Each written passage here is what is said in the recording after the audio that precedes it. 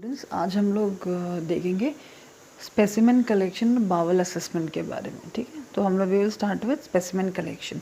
ना अपन किसका specimen collection बोल रहे हैं?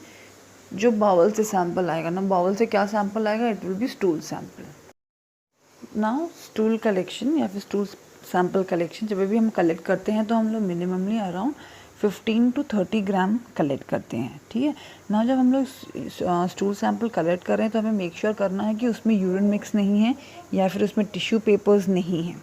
ठीक है, जो स्टूल कंटेनर होता है, स्पेसिमेन कंटेनर, उसकी एक्चुअली कैप में ही ना एक स्पून अटैच्ड होता है या फिर स्पैचुला अटैच्ड होता है। तो हम लोग मोस्टली उससे हम लोग कलेक्ट करते हैं, मतलब उससे हम लोग पिक करके डायरेक्टली उसको कंटेनर में डाल देते हैं। बट अगर वो स्पैचुला नहीं है तो जो हमें वुडन स्पैचुलास अवेलेबल हैं, आइसक्रीम स्टिक जो होती हैं वुडन, उसका हम लोग यूज़ कर सकते हैं। बट वो स्टिक हमें उसके अंदर नहीं डालनी है। अगर हमने वो यूज़ किया है तो स्टूल सैंपल को कंटेनर में डाल के वो स्टिक हमें डिस्कार्ड करनी है। ओके, सैंपल कलेक्ट करने के लिए क्या क्या लगेगा? एक बेड पैन लगेगा, फिर हमें एक बेड पैन या फिर हमें कोई कंटेनर जिसमें हम स्टूल कलेक्ट कर सकें वो लगेगा, अगर हमें बेड पैन अवेलेबल नहीं है।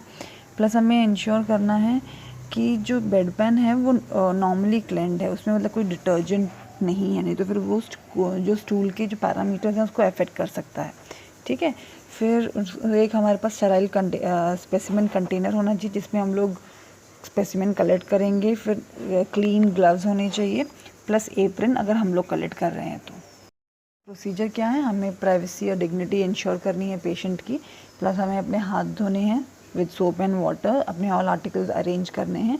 फिर हम लोग हमारे एक एप्रन और ग्लव्स पहनेंगे और हम लोग पहले पेशेंट को बोलेंगे कि पहले आप यूरिन पास करके आओ। ठीक है, उसके बाद में उसे स्टूल पास करने के लिए बोलेंगे। क्यों? क्योंकि हमें नहीं चाहिए कि यूरिन और स्टूल मिक्स हो जाए ना। हम लोग उसके बाद में पेशेंट को बेड पैन ऑफर करेंगे स्टूल पास करने के लिए, अगर बेडरिडन पेशेंट है तो ना। अगर सेल्फ मूविंग पेशेंट है तो ऑफकोर्स वो अगर वॉशरूम में जा सकता है तो हमें उसने कुछ रिसीवर देना होगा। रिसीवर लाइक कुछ प्लास्टिक की ट्रे या फिर कुछ प्लेट, डिस्पोजेबल प्लेट है ना, ऐसा कुछ हम लोग दे सकते हैं जिसमें पेशेंट स्टूल कलेक्ट कर सकता है, जिसको हम लोग बाद में डिस्कार्ड कर देंगे। इसके लिए वहाँ बार बार रिसीवर लिखा गया है। ठीक है ना, अगर पेशेंट को इनकॉन्टिनेंस है, लाइक पेशेंट का ना स्टूल इनकॉन्टिनेंस है, बार बार पास कर रहा है और अगर बेड लिनन में गिर गया है स्टूल तो हम लोग वहाँ से भी कलेक्ट कर सकते हैं without touching the stool.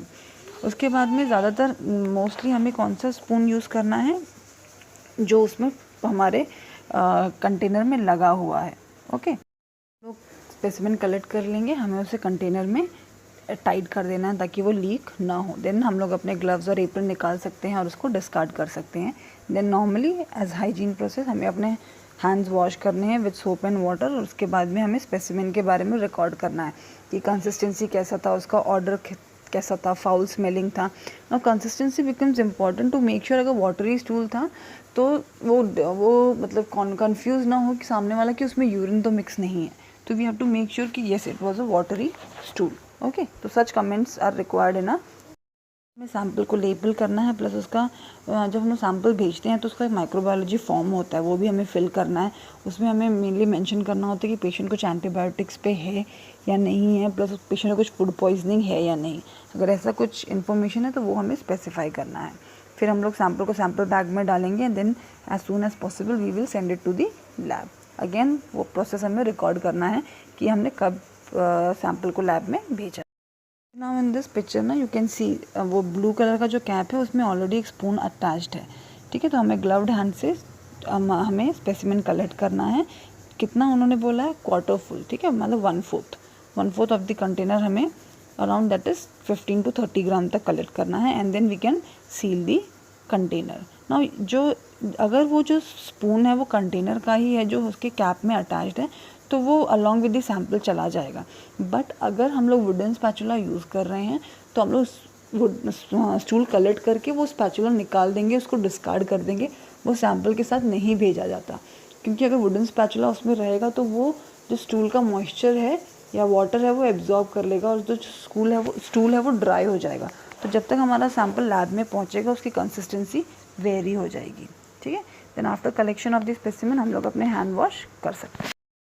Stool sample किस किस के लिए कलेक्ट किया जाता है? मेनली ओवा एंड पैरासाइट। ओवा एंड पैरासाइट जब हम लोग बोलते हैं पेट में कीड़े हो गए हैं तो उनके अंडों के लिए प्लस पैरासाइट चेक करने के लिए। तो उसके लिए मेनली हमें एक क्लीन प्लास्टिक कप में हम लोग कंटेनर कलेक्ट कर सकते हैं।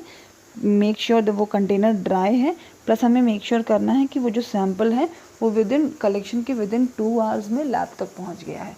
सिर्फ इतना ही वेरिएशन है, बाकी रेस्ट और procedure is same. Example is occult blood. Occult blood मतलब कि अगर ब्लड छुपा हुआ है, मतलब हमें ब्लड कैसे पता चलेगा स्टूल में, या तो हमें दिख रहा है, ठीक है, लेकिन हमने बोला था ना अगर अपर जीआई में है तो हमें ब्लड हमारे स्टूल में आएगा, बट वो ड्राइड हो जाएगा, है ना, वो बहुत सारे केमिकल्स हमारे फूड के केमिकल से रिएक्ट होके फिर वो हमारे स्टूल तक आता है। और अगर ब्लड बहुत थोड़ी क्वांटिटी में हो तो वो दिखाई भी नहीं देगा, है ना, तो उसको बोलते हैं ऑकल्ट, मतलब छुपा हुआ। ऑकल्ट ब्लड चेक करने के लिए फ्रेश ब्लड होगा, लार्ज क्वांटिटी में होगा तो ऑफकोर्स हमें दिखाई देगा, तो उसकी कोई प्रॉब्लम नहीं है। बट अगर ऑकल्ट ब्लड है, जो छुपा हुआ ब्लड है, अगर हमें स्टूल में चेक करना है तो उसके लिए भी सैंपल कलेक्ट किया जाता है।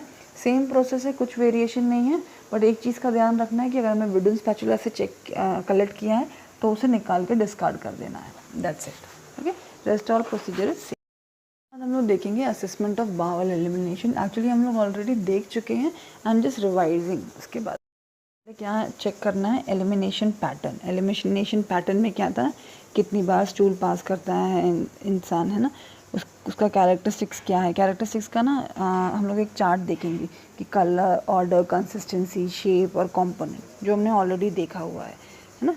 सी इन दिस चार्ट ना ये सब ऑलरेडी दिया हुआ है, जैसे जस्ट टू रिवाइज कि यू शुड नॉट फॉरगेट। जब हम लोग असेसमेंट कर रहे हैं तो हमें ये सब चीज़ें भी चेक करनी है।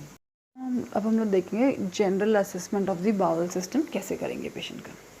हमें पेशेंट की हेल्थ हिस्ट्री पता करनी है। हेल्थ हिस्ट्री में क्या है, उनका पेशेंट का बाउल पैटर्न क्या है, दिन में कितनी बार पास करता है ना, किस टाइम पे, मॉर्निंग में या शाम को। देन उस स्टूल की कंसिस्टेंसी क्या है, वाटरी है, सॉफ्ट है, हार्ड है।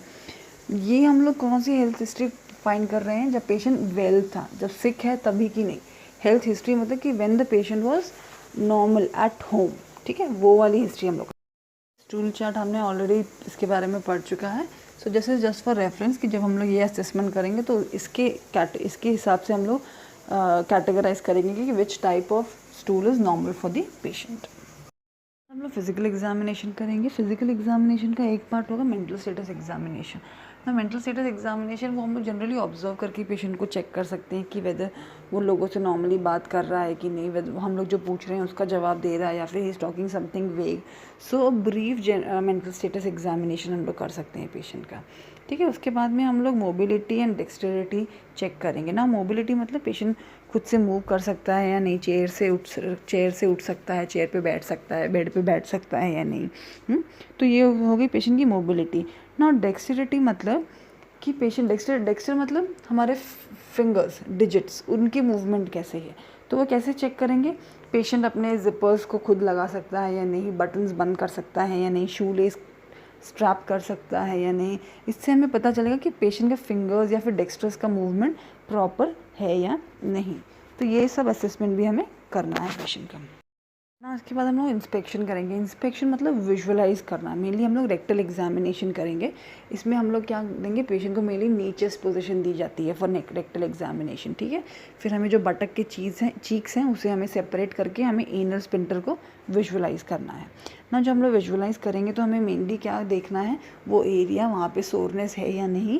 पर उसके टाइम पे हम लोग पेशेंट को बेयरिंग डाउन करने के लिए बोल सकते हैं। बेयरिंग डाउन करना मतलब हम लोग उनको बोलेंगे कि थोड़ा सा प्रेशर उन्होंने एक्सर्ट करना है अपने एनल रीजन पे, जिसकी वजह से क्या होगा, जो एनल रीजन है वो थोड़ा सा बाहर की तरफ आएगा।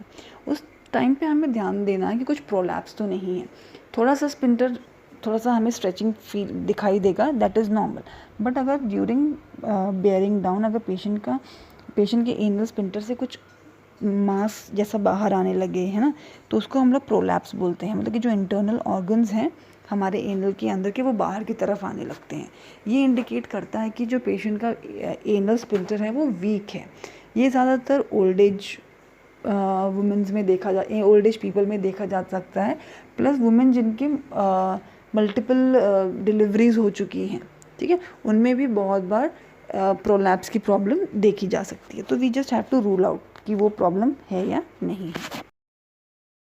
डायग्नोस्टिक टेस्ट हैं जो हम लोग कर सकते हैं। First is डेफिकोग्राफी।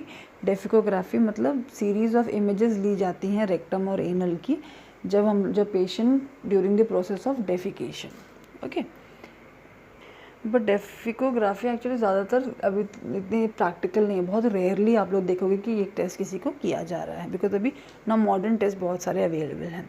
ना another test is anorectal ultrasonography. जैसे अल्ट्रासोनोग्राफी जैसे एब्डोमेन की करते हैं, वैसे ही हम एनोरेक्टल रीजन की करेंगे, मेनली रेक्टम, इंटरनल स्पिंटर और पेल्विक फ्लोर के फॉर्मेशंस, कुछ वहाँ पे मास तो नहीं है, कुछ स्पिंटर क्लोज तो नहीं है, ये सब इवेलुएट करने के लिए। Another test is colonoscopy. Colonoscopy मतलब विजुअलाइज करना हमारे कोलोन को। जैसे हमने ब्रोंकोस्कोपी देखा, ब्रोंकोस्कोपी सुना होगा कि हमारे लंग्स में एक स्कोप डाल के विजुअलाइज किया जाता है। फिर एंडोस्कोपी जो हमारे मुंह से डाल के हम लोग पेट को विजुअलाइज करते हैं, वैसे ही एक कोलोन हमारे एनल स्पिंटर के थ्रू, रेक्टम के थ्रू डाल के हमारे कोलोन को विजुअलाइज किया जाता है, देखा जाता है under the camera. So that is called colonoscopy. So ये कुछ टेस्ट हैं या फिर जो इवैल्यूएशंस हम लोग कर सकते हैं फॉर इवैल्यूएटिंग पेशेंट का एलिमिनेशन मेथड नहीं, एलिमिनेशन सिस्टम।